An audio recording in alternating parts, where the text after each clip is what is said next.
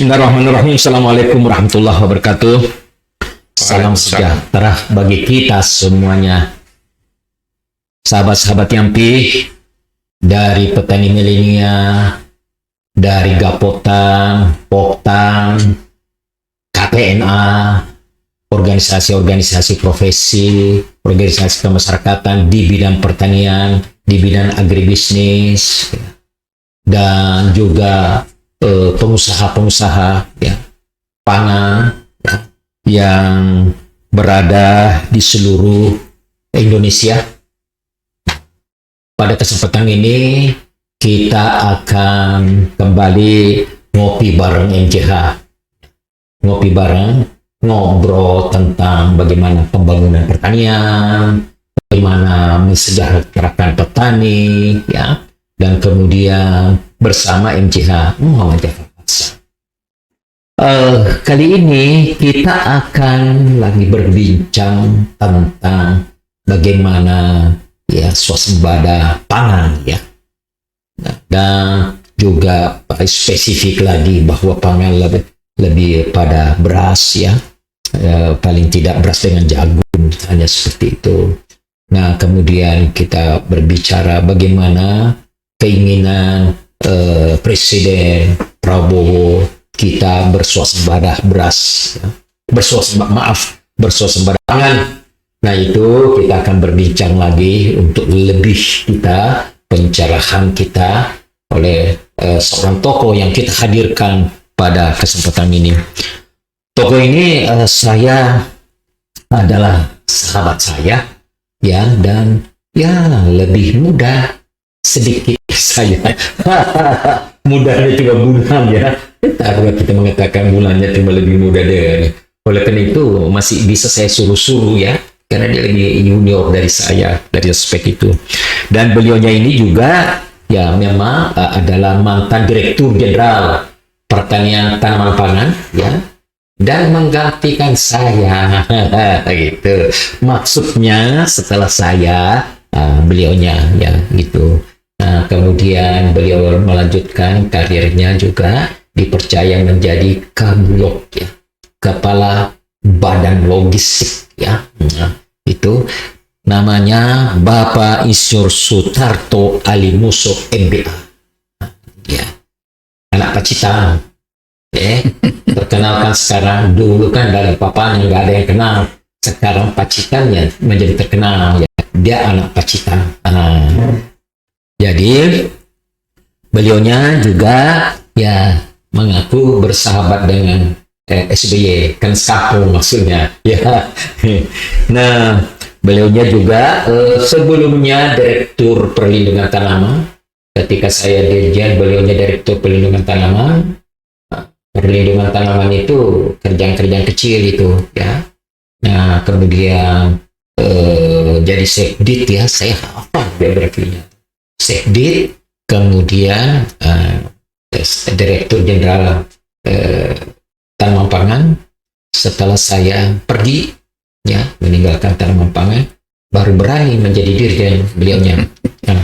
Nah, kemudian juga ya malah melintang di berbagai organisasi.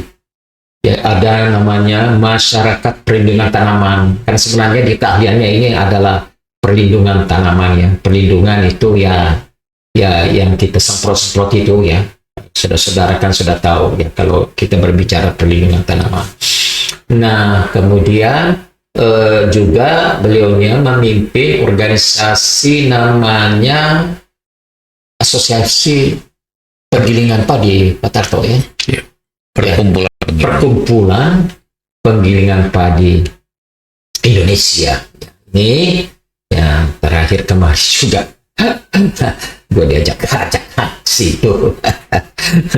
Ya, nah itulah Pak Sutarto Alimuso, dan beliau adalah alumni Universitas Gadjah Mada. Tapi ijazahnya disimpan baik-baik nih, asli. Nah, beliaunya kemudian MBA ya, kemudian juga beliaunya ini ngajar ya di berbagai perguruan tinggi Jadi semuanya sudah ada, dan juga beliaunya adalah golfer. Wah, luar biasa. Semua bidang ya dikerjakan. Baik, Pak Sutarto Hajimuso yang terhormat, tamu kita pada kesempatan ini, ya kita dulu pemanasan sedikit yang berbicara bagaimana Pak Tarto menapaki ya startnya setelah sarjana lah Pak Tarto ya, bagaimana perjalanannya hingga sampai di Bulog ya. Bisa singkat dulu, karena Bapak masuk kategori bukan ngopinya saja tetapi bincang tokoh sebetulnya ini. Silakan Pak Tarto. Baik, terima kasih ini undangannya Pak Jafar, abang saya, senior saya tentunya. Ya, kalau di lapangan golf mungkin saingan kita. Terima kasih atas undangannya untuk kita semua sahabat Yambi ya. Ya, sahabat Yambi yang saya hormati. Ini adalah satu kehormatan bagi saya diundang oleh Profesor MJH ini untuk bisa berbincang-bincang mengenai pangan kita. Dan kalau kita bicara perjalanan hidup saya, memang tadi sudah disebutkan, saya dari Pacitan, setelah lulus SMA kemudian sekolah di Jogja, di UGM. Setelah lulus memang pilihannya apakah saya tetap di Jogja ditawari sebagai dosen, atau saya harus keluar dari Jogja untuk mengadu nasib di Jakarta. Waktu itu saya berpikir saya lebih baik ke Jakarta untuk mengadu nasib, dalam arti saya ingin bekerja di kementerian. Itu memang sejak awal supaya saya bisa mengabdikan diri, tanda petik mengabdikan diri ya. Karena nanti dikira, wah ini sok-sokan mengabdi saja, padahal tentunya kita juga tahu, pasti kita juga ingin memperbaiki hidup kita kan, pada dasarnya kan seperti itu. Nah, tentunya perjalanan saya ditugasi mulai dari di Direktorat Perlindungan Tanaman 12 tahun, kemudian saya ditugaskan di Kalimantan Selatan 3 tahun, pindah lagi ke Sumatera Utara, wilayah saya Sumatera Utara Aceh selama 6 tahun lebih, kemudian ditarik ke Jakarta 1 tahun, baru ke Kalimantan Barat sebagai Kepala Dinas Pertanian 1,5 tahun, ditarik balik ke Jakarta sebagai Direktur Perlindungan 5 tahun, sempat saya membantu Pak Jafar tentunya, dan sebagai Sekretaris Direktorat Jenderal membantu Pak Jafar, terus habis itu Dirjen, baru ke Bulog. Itulah perjalanan hidup yang tentunya perjalanan ini membuat saya secara pribadi itu memperoleh tempaan pengalaman, terutama pengalaman lapangan, bagaimana kita melihat dan mempelajari, membuat analisa bagaimana kita menyelesaikan persoalan-persoalan di lapangan, dan bahkan terakhir tentunya karena kami dipercaya di Bulog, bagaimana kita berbicara sampai kepada hilirnya. Jadi alhamdulillah di hulunya waktu di Direktorat Jenderal Tanaman Pangan atau di waktu saya di daerah, kemudian di hulunya kami ditempa di Bulog untuk bagaimana kita berbicara. Kalau berbicara pangan itu kan khususnya misalnya beras, itu tidak bisa kita hanya berbicara hulu tanpa berbicara di hilir sampai kepada konsumen. Ini satu ekosistem, satu closed loop yang harusnya kita bangun secara seimbang di berbagai pihak. Jadi tidak cukup misalnya kalau kita berbicara di di hulu saja atau di on farmnya saja, kemudian kita tidak berbicara di hilirnya, bagaimana kita melakukan pengolahannya, kemudian distribusi sampai ke pasar, sampai ke konsumen. Nah, konsumen pasti ada hubungannya dengan apa yang harus ditanam oleh petani agar betul-betul menjadi preferensi bagi masyarakat ini untuk mengkonsumsi pangan yang dikehendaki. Jadi alhamdulillah ini saya sudah mendapatkan tugas-tugas itu. Saya selalu bersyukur kepada Allah Subhanahu wa taala telah memberikan kesempatan itu, dan terakhir saya ini sudah periode ketiga diminta untuk memimpin perkumpulan penggilingan padi dan pengusaha beras Indonesia. Ini juga satu pengalaman yang luar biasa, yang tidak mudah kita berbicara dengan pengusaha ini gitu ya. Tidak mudah kita mengkoordinasikan, dan tentunya tugas kami, asosiasi ini yang terakhir kan Prof. Jafar juga kita minta sebagai salah satu dewan pakarnya. Nah, bagaimana kita menghubungkan antara penggilingan padi dengan pemerintah, penggilingan padi dengan petani, penggilingan padi dengan distribusi sampai kepada konsumen. Ini kan merupakan satu yang saya katakan tadi, ekosistem yang tidak boleh terpisah-pisah. Jadi kalau kita bicara dengan dengan pemerintah, tentunya pasti berbicara mengenai peraturan perundangan yang bisa memberikan kenyamanan. Kenyamanan kepada kita semua. Ya, Pak Tarto, sungguh terkesan perjalanan Bapak. Ya. Justru perjalanannya Bapak mulai dari fakultas ya, mulai dari fakultas atau mulai dari kampung ya, berbicara beras ya, karena bergelut dengan petani ya.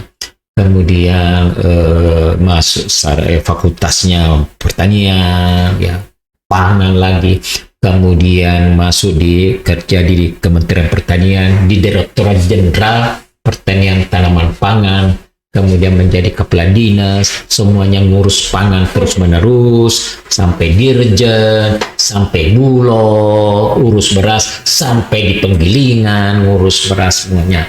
Jadi Tarto itu benang merahnya ya, Tok ya, benang birunya Tok ya. Jadi alurnya ya, kalau retakannya terjadi cincin api misalnya, di retakannya itu ya di beras itu alurnya itu ya. Nah ya, itulah Sutarto. Nah, dengan demikian Pak Tarto ya, kita ingin mendengarkan lagi Pak Prabowo itu ingin sekali atau obsesinya gimana sih kita swasembada pangan, khususnya beras. Gimana toh itu? Bagaimana itu? Iya, kalau kita bicara swasembada pangan, tentunya kita mesti melihat kita ini punya kemampuan atau tidak. Nah, kemampuan ini pasti dilihat dari aspek ketersediaan lahan, kemudian ketersediaan teknologi, tidak lepas juga sumber daya manusianya, kemudian alamnya, agroklimatnya gitu kan. Jadi kalau kita melihat itu dan apa yang sudah kita capai selama ini, dan kita melihat beberapa komoditas pangan, pada dasarnya kita masih punya peluang. Kita peluang untuk bisa swasembada, bahkan menjadi mandiri pangan. Meskipun ada yang perlu panjang, tapi juga ada yang mestinya bisa kita selesaikan jangka pendek. Nah, kalau kita bicara juga sejarah, waktu yang lalu pun, apakah zamannya Pak Jafar sendiri, zaman saya, itu kalau kita bisa bicara beras, kita juga pernah swasembada kita ya. Itu karena kita kan juga tidak impor kan. Nah, seperti itu gitu. Jadi kalau kita bicara, apalagi kalau kita bicara khusus beras saja ya, saya masih melihat bahwa tantangan terbesar kita kan masalah lahan, iya. Tapi luas panen kita itu sebenarnya masih bisa kita tingkatkan melalui peningkatan luas tanam dengan indeks pertanamannya ditingkatkan, kalau pengairannya juga diperbaiki dan seterusnya dan seterusnya. Nah, termasuk produktivitas kita itu mandek, sejak zaman kita pun sudah sekitar itu gitu loh per hektarnya. Nah, ini yang harus kita urai satu persatu secara jelas bagaimana supaya kita bisa selesaikan. Jadi kadang-kadang, mohon maaf, apa yang sudah diputuskan melalui peraturan perundangan yang ada, apakah masuk RPJMN, kemudian diterjemahkan oleh itu menjadi kebijakan teknis operasional di kementerian, kemudian sampai ke Pemda. Ternyata pengalaman saya akhir-akhir ini, saya juga banyak ke lapangan, itu memang di tataran implementasi kelemahannya. Nah, kenapa tataran implementasi ini kelemahannya? Ini memang di lapangan ini banyak hal yang harusnya betul-betul bisa kita lihat satu persatu sehingga kita bisa menyelesaikan persoalan. Misalnya dengan mudah kita melihat masalah perbenihan saja kita masih banyak persoalan. Yang kebetulan kita berdua ada di masyarakat perbenihan juga ya, Pak Jafar. Ini masih banyak persoalan yang kita lihat. Kemudian masalah pengairan, masalah penyuluhan, masalah tenaga lapangan yang lain, tenaga benih, tenaga di bidang perlindungan tanaman yang tidak pernah diganti, sudah pensiun. Hal seperti ini kan, sehingga nampaknya pemerintah sekarang ingin melibatkan banyak kekuatan ke sana. Nah, sebenarnya kalau kami lihat di dalam pun harusnya juga banyak yang harus kita perbaiki. Nah, tataran di lapangan ini bagaimana kalau misalnya penyuluh, petugas sama penyakit, petugas benih, ini kan harusnya juga selalu diberikan bekal untuk berlatih karena perkembangan teknologi ini kan selalu bergerak gitu kan, selalu berkembang menyesuaikan dengan keadaan persoalan, misalnya masalah climate change, masalah konversi lahan, masalah kesuburan lahan. Jadi banyak faktor teknis yang itulah yang harus merupakan kegiatan implementasi di lapangan yang harus kita lakukan.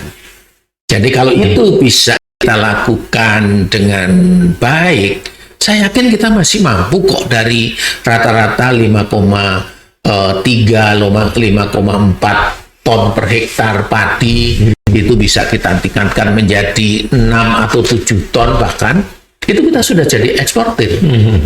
Pak Tarto, kalau kita berbicara bahwa teknologilah yang memberikan warna pilihan satu-satunya di dalam peningkatan produksi dan produktivitas, bukan? Ya. Yang bermula dari benih, bibit, ya. Nah, benih inilah kan awal atau asal permainan kita di benih. Ya. Yang kita pupuk itu kalau ada benih, yang kita apakan itu kan benih, ya kan? Itu besar. Nah, terus bagaimana pendapat Bapak tentang penggunaan benih? Hubungannya dengan misalnya apakah penggunaan NJOE hibrida atau benih-benih yang mempunyai gen baru, ya. Gimana pendapat Bapak itu? Ya, kita memang dengan tantangan yang ada itu bagaimanapun juga persoalan itu kan diselesaikan melalui adanya inovasi-inovasi teknologi.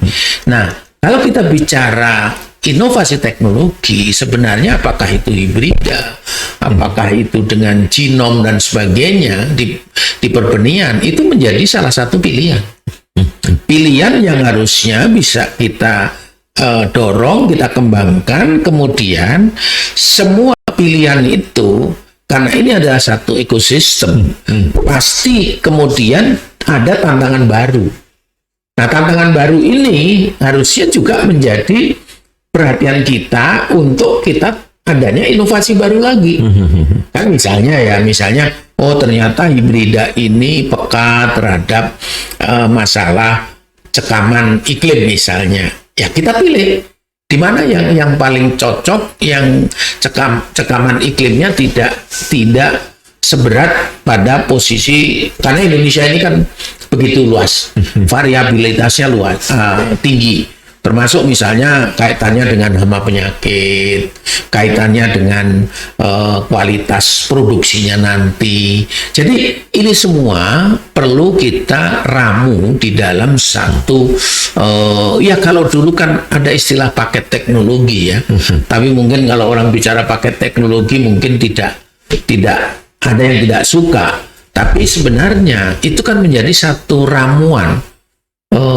Tapi jangan dibelokkan menjadi oplosan ya, kan gitu ya. Jadi ini satu ramuan teknologi yang kita sesuaikan dengan kondisi lokal yang kita punya variabilitas tinggi tadi. Teknologi terapan, teknologi aplikasi ya. Ya, Pak Tarto, adakah yang menarik ya? Kita kan pertanian kita itu kan pertanian atau areal-areal yang sempit ya ikannya. Maka kita kan pilihannya adalah bahwa pembangunan pertanian kita itu adalah merupakan gerakan, bukan? Ya, gerakan barbisa. Karena berjuta-juta petani ya yang kita kawal, yang semuanya serempak karena diatur oleh musim, dengan kata lain juga ketersediaan air ya di dalam. Tuh. Nah, bagaimana menurut Bapak koordinasi yang mana sebenarnya yogianya ya? Coba Pak Tarto.